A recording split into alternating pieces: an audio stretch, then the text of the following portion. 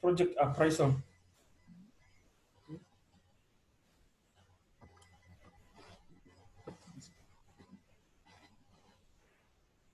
Okay, so project appraisal, this is all about now in terms of the questions that you might ask yourself at the beginning of the project. Questions like, why are some project proposals accepted while the others are rejected? Okay, so when you're coming up with a project, first it must be approved that you can actually go ahead with this project. So before you're given that green light, you cannot actually start with it. So you cannot start with the initiation of the project. So again, now there are a number of things now that you need to consider. So what should you consider now when making such decisions now? Like let's say now uh, for some for some firms, you might have a lot of projects at hand. So amongst those projects, you need to choose now which project should we do. So far Sure. we've covered the initiation. Yes.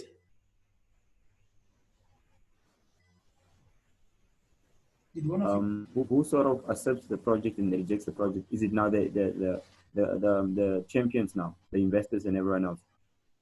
Yeah, the person that approves or rejects that project is called the project sponsor. Okay. Yes, yes. We will get to that also. It will be, I think, it's just the next slide or the other one. Just very soon we'll get there. Okay, so we've covered initiation. With when it comes to the project, the phases we have initiation, planning, execution, controlling, and closing off. But the question now, before you start initiating with your initiation stage, there is a phase here at the very beginning of the project before you start with your initiation. That's now where you now need to do your project appraisal to make sure that the project is it will be accepted. So you have to double check everything in terms of the appraisal, whether it's technically or financial or whether it's environmental. All those things you need to consider them so that the project will not fail, or so that just to make sure that it's a good investment for the company. So okay, during the project execution or during the phases of the project, these are all the phases now. Phase one, this is a concept. Phase two, the development, execution, transfer. Now, at the beginning, there's the concept of just immediately before the initiation. This is now where you're gonna have to draft that project proposal. The project proposal, which is also called the business case. You need to draw up that for the project, and then with that now, if you look down here, you're gonna have to sell the concept. You're gonna have to sell that idea to the investors, to everyone else, so that they can accept that project that yes, you can go ahead with that project. So you need the approvals there. So that's where now project approval Um, comes in. Yes. so, in other words, when you're working on a project, first and foremost, you need to sort of have investors already on the table. Or let's assume a project where it's not mining related, it's in a different industry. And that means you'll have to obviously conduct a feasibility study. And in some cases, it may mean you don't have anyone with sort of the finances to sort of cover the project and everything else. At what phase do you sort of now go for looking for searching for investors sort of in that case? Will it be at the later stage when you're fully developed and have done a proper feasibility study, or Okay, it will depend on the organization and also the type of projects that you are working with. But ideally, at the beginning, before that project is approved, before you actually start with the project initiation, before you start with the project, you actually need to plan already. I mean, you actually need to get that project approved. Because if let's say you start with working on the project, but it's not approved, it's like you are even like wasting time. Because there are other projects maybe which are more important than that one that you'll be given, which are of a high value to the company. okay, fine, okay. Yes. So at the initiation, at the beginning, there's what you call the identification phase, which comes before now the initiation of the project. Oh, Let's say now there okay, are 5 projects, or let's say 10 projects. Okay, so you just need to quickly understand them. What are they all about? Then you understand if they are feasible and all that. Once you have that good understanding, you present it to the project sponsor. The project sponsor looks at them and then he approves like that. Okay, you can actually start with this project. This one you can put it on hold for now. Then after, when it's approved, you start with your initiation. Okay. Plus, again, some other projects depend on the other like can be done. Let's say in phases. Let's say the first project A depends on project B. If project A is not done, then project B cannot be done. So even if you have done your feasibility study and everything for project B, not until you are done with project A, you will not do it that other one. So it's like mutually exclusive. See? So you need to identify all those things. Once you understand them, then you identify, you choose now which project should we do first. Okay, so the decision needs to be made now in terms of the project business case or the proposal that you have. So at the beginning of the project, you will have a project proposal, also known as a project business case. So once you have created that, it shows basically what needs to be done, why is the project worth doing, and if it's linked to the strategy of the company, and all that. It's basically what you're doing is you are defending your project, you are selling the idea so that it can get approved.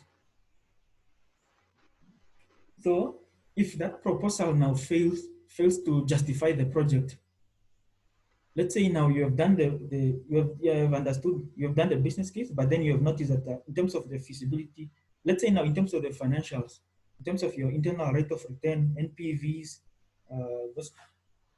or maybe let's say in terms of from the environmental viewpoint or from social viewpoint, it doesn't make business sense to invest in that project, then it means that the project sponsor are gonna have to reject that project at that moment. Mm-hmm. So normally they just park it. Maybe it's just not the right time to pursue that project. Maybe we can do it after some time. So in the projects that are approved, if you once those projects are approved, the identification phase stops there, and then you start with the initiation phase. Then you continue with the rest of the project life cycle. So in short, first you have a project proposal, okay, then it goes to the project sponsor. The project sponsor understand everything. Then this project sponsor now, he's the guy now who is even linked to the shareholders of the company. He's linked to all the stakeholders for the project, even the project team members, all the other stakeholders, internal and external. He's linked to them. Then he's the one now who approves, either approve it or reject that project. If it's rejected, then it ends there. If it's approved, then you start with the project initiation. So, in other words, you have, say for instance, I'm the one that is doing the project proposal. I don't directly deal with the investors. Do I have someone that sort of represent the investors, who then goes further and present my project to the investors? Or in what context, what sense does this guy, what role does he play as project sponsor? Is he the link, or is he the sponsor? Yes, yes. It's like even if you are the one who is doing the actual project, let's say you are the one who is doing the investigations, you may not necessarily be the one who is going to defend the project. Okay. But remember again, it depends now on the size of the organization where you're working, the structures that are in place, and all that. They play a role also. But normally, the project sponsor is going to be the one to defend it. I mean, to you defend it. Let's say you can present it to him, then he looks at it and understand everything. But once he's convinced, he's the guy basically that you need to convince, so that he can unlock financials that yes, we can put money in this project. So basically, you can give him your proposal, you can give him, then you present to him. Maybe you know, but sometimes it might even be the project manager who gonna present maybe to him. Mm-hmm. But sometimes again, the project manager may also be the project sponsor at the same time. But normally this is not, depending on the level of the projects or the company, it's normally not advisable, but it can happen. because once you are doing both roles as a project manager and as a project sponsor at the same time, you might start slipping on other roles. You might start not doing the project manager roles effectively, or maybe only focusing on other project sponsor stuff. The other word for project sponsor, they also call him executive sponsor. I think if you read your notes for, I think the first two slides, the ones that you were sent by Prof, they've spoken about it, about the project sponsor, his responsibilities and all that. So that's the guy who approves the project at the end of the day. So at the end of the day, the entire project team need to convince the project sponsor that this project is actually worth it, because it's AI, it's IRR is like this, it's NPV is like this, it's environmentally friendly, it's gonna create, it's gonna have an impact on the lives of people. All those things you need to defend it to him. So he's like now the link. So the project sponsor, if you can see here, he's linked now to all these people, the shareholders, project team, external stakeholders, internal stakeholders. He's like the link for the entire project.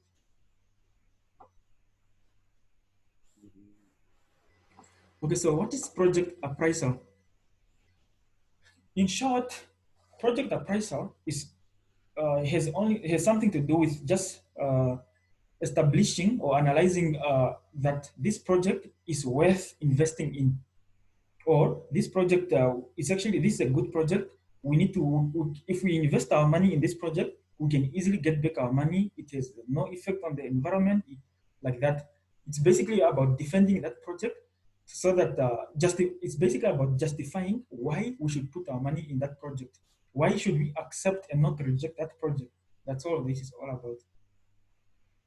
So right there it's written, project appraisal is the analysis of the proposed project to determine its merit and acceptability in accordance with an established criteria, with the goal of assuring the rational allocation of limited financial resources amongst alternative investment opportunities, with the objective of achieving specific goals. So basically what's going to happen is you might have a lot of projects on the table. So now amongst those projects, the question is, which project should we invest in first? Remember, you have limited financial resources. You don't have all the money on this planet. So with the little amount of money that you have, in what project should you invest it in? And which project should you tackle first, followed by this one, then maybe that one, like that. So you need to decide now. This is normally done by following an established criteria. But the company will have a criteria that no, if the IRR must be at least more than 20%, and only then we'll invest in. Or maybe the payback period should be at least 5 years, or let's say less than 2 years or 3 years, something like that. So it allows you to decide now when you're comparing different projects. Okay, and like I said, it enables management to decide on which project to invest in.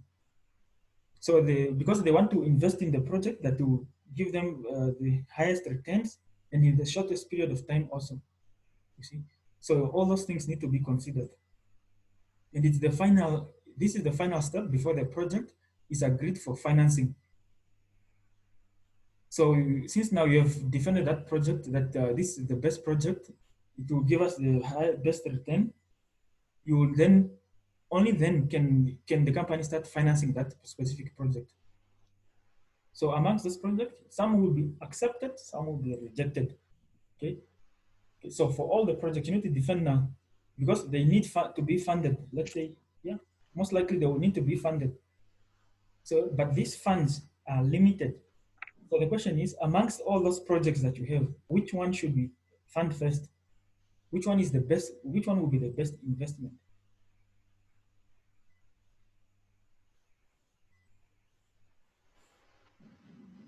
Okay, there are a number of different types of projects now, investments project that you might have. There are what you call independent projects. It's like that project does not depend on the other projects. You can actually just do those projects independently. Okay, there are mutually exclusive projects. It's like they are linked up with others. It's like you can't do this one without doing the other one like that. Even this one also is more, it's more like it's like they are related or they are depending on the other ones again. So you need to understand now which projects are you dealing with. So let's have a look at them again. Independent projects. These are the projects whose acceptance or rejection does not directly eliminate other projects from consideration. For example, let's say when you are doing when project A and B, they are not related, they are complete. Let's say now project A is let's say it's a project that does not affect the other one. What can be a good example? Can you give me maybe an example that you can think of there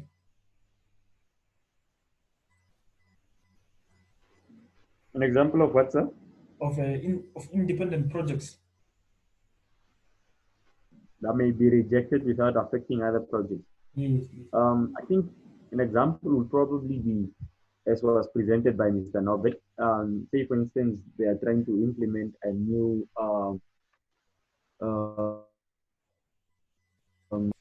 way, a new method of probably leaching iron or precipitating iron, for instance.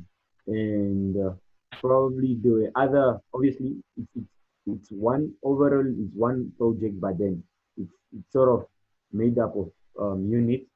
It may be that the precipitating iron is probably gas type. It will probably be rejected, and hence it wouldn't really affect other projects that comes after that. And it will probably mean that more another alternative has to sort of be considered. I'm not sure if I'm in the right direction, but in my view, I feel that can sort of to some extent be an example. No, it's still fine because even if you have to focus on if you let's say you reject removal of iron, you might still be able to execute other projects.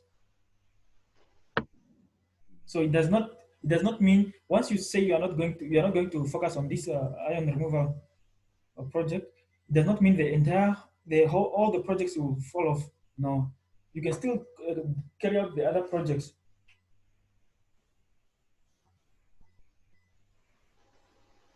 Okay, and the ones that are mutually exclusive, these ones cannot be pursued simultaneously.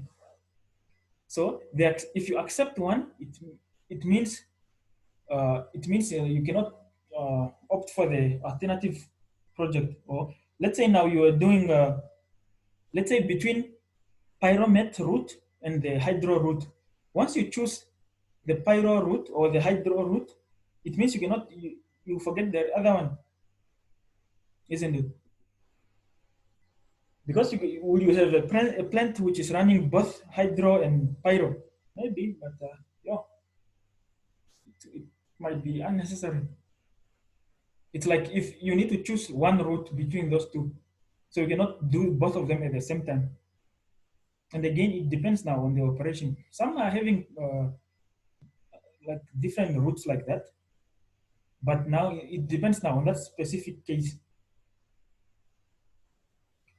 Okay, and contingency projects. This is where now the acceptance or rejection of one project depends on the decision for the other one.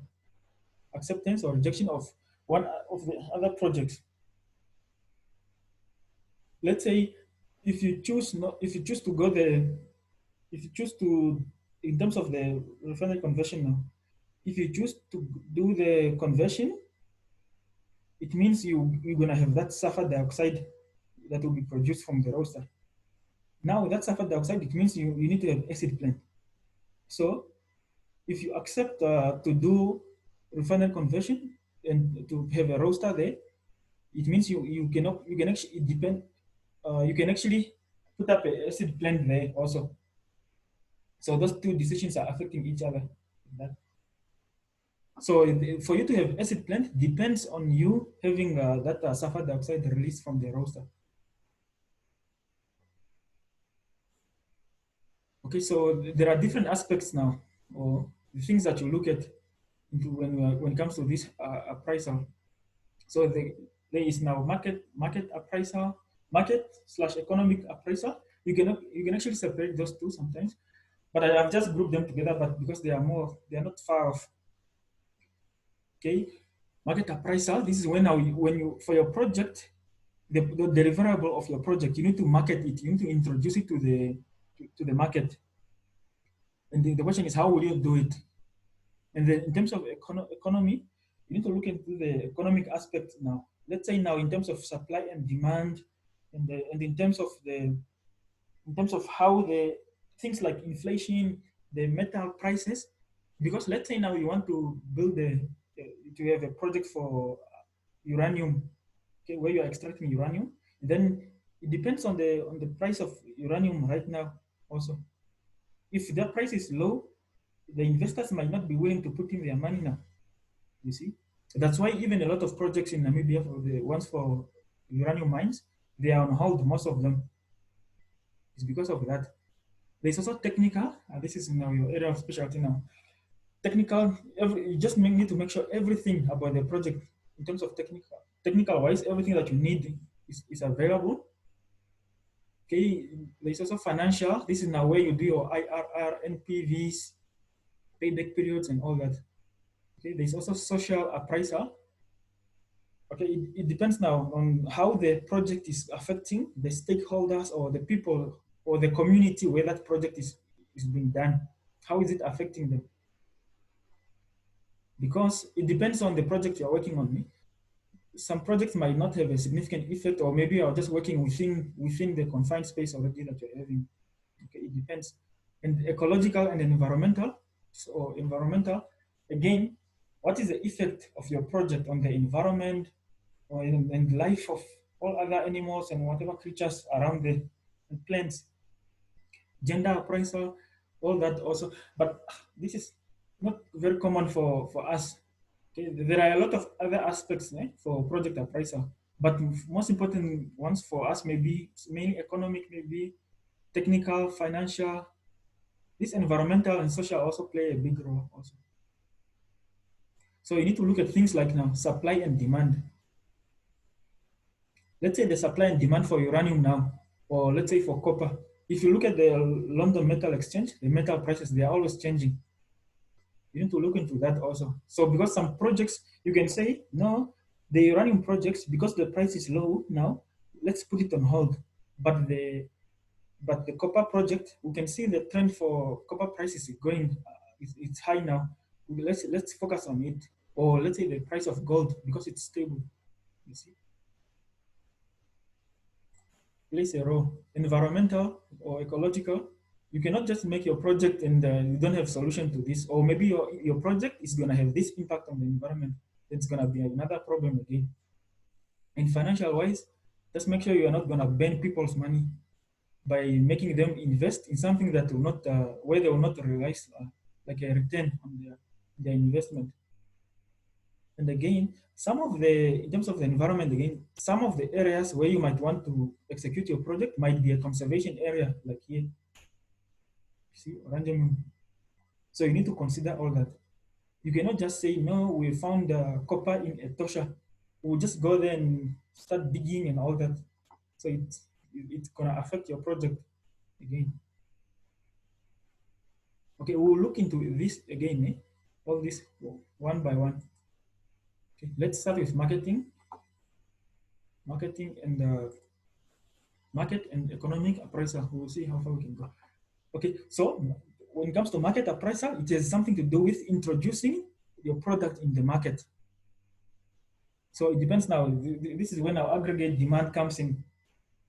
Remember when you think of, let's say, what is that company? Apple. When Apple made their iPod, that guy, who? Steve Jobs, when he's gonna introduce that product, gonna present about it. So he need to make sure that he present it very well in such a way that even the people there will be convinced that this is the best product I can get in the market. Otherwise, you have done your entire project and all that, but then in terms of getting the customers, it's going to be another challenge. Then you will not get your return. And again, now things that should be considered in terms of economic appraisal, things like now supply and demand trends, import exports, you need to consider that also. Because let's say now you want to start your factory for making let's say anything, let's say uh, corrugated iron, maybe iron sheets. When you're making that, those iron sheets, you need to consider imports that are coming in also. Maybe there's some company from, let's say, China importing at a very low price, while your costs are high. You see, it means you will not be able to compete. You will not. It's not going to make business sense anymore. You see, so you need to consider that. See, the nature of the competition that you're going in, you need to consider it also. It depends now whether is it monopoly or how is it, because once you go into, let's say you want to be to compete with, let's say, Nampower, those guys are having like a monopoly on that. It's gonna be another challenge again. There are regulations and all those things, so you need to make sure. Elasticity of demand. Now, how is the demand for that product changing? Okay, and employment. Let's say in terms of even the skills apply also. If you say you want to make a nuclear power plant in Namibia, yeah, that's your project. Will you have the skills? How will you employ those people? Will you be able to attract someone coming from India to come work here? You see, all those things. So you will be looking at charts, like this one is for tons of uranium in terms of production. So you need to look at the market now in terms of the production requirements and all that. You need to look at supply and demand also. Okay, and when it comes to technical, are you with me up to there? Yes. Okay, when it comes Yes, to sir. technical, here you need now to do a comprehensive review of the technical aspects of the project. This is basically now how things are going to work. What should you use? What do you need? What are your inputs into your process? If you say no, we're going to have we're going to produce cement here. Do you have all the raw materials? Okay. If you remember well, if I can recall well, this this uh, this company for cement production. This is it Whale Cement or I don't know what the name. The one competing with Ohorongo Cement. They had to bring I don't know if they are importing, is it limestone or is it coal? They are importing some of the raw materials. You see, you need to consider that at the very beginning of the project because it's going to affect your project completely. Okay, and then you need to check all the requisites or the prerequisites for your project to succeed. Okay, and what else should you consider? You need to consider like in terms of good choices, in terms of the location of the operation. If you put your operation or that project, if you are doing that project in the desert, it will have its own consequences also. It has issues with it. Maybe water, maybe there is no power supply, there is no infrastructure, there is no railway, there is no road. You see, such things, they come into play again. Availability of raw materials. This is in terms of your inputs. Do you have all your inputs? Okay, the scale of operation, what should be the scale? Should you make the plant too big? Okay, should you make, if you make the plant too big, you're gonna produce way too much, but then there's no demand. You see, then it's another problem again. Then you have to choose again the suitable production process again, or whatever. Yeah, depending on the project you're working on.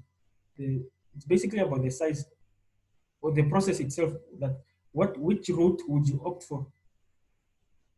And machines and equipment, you need to size them well also. You need to choose well, size them. For example, let's say if your project is HUSAB, you cannot take these small machines there. Let's say you take your small crusher there in terms of your equipment sizing. You have a small crusher there. It's not going to work out well, you see.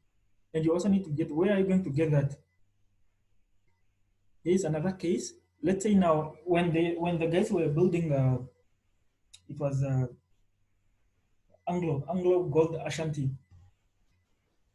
Is it what? Anglo America, when they were starting up Scorpion Zinc, they had to consider things like power supply now.